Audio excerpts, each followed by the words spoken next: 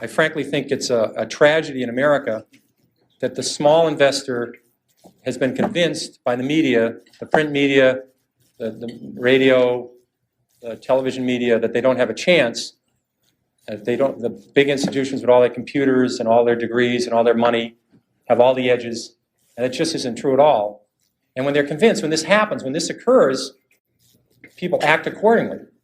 When they believe it, they buy stocks for a week, and they buy options, and they buy the Chile fund this week, and next week it's the Argentina fund, and they get results proportionate to that kind of investing. And that's very bothersome. I think the public can do extremely well in the stock market on their own. I think the fact that institutions dominate the market today is a positive for small investors. These institutions push stocks on usual lows, they push them on usual highs. For someone that can sit back and have their own opinion, know something about industry, this is a positive. It's not a negative. So that's what I want to talk about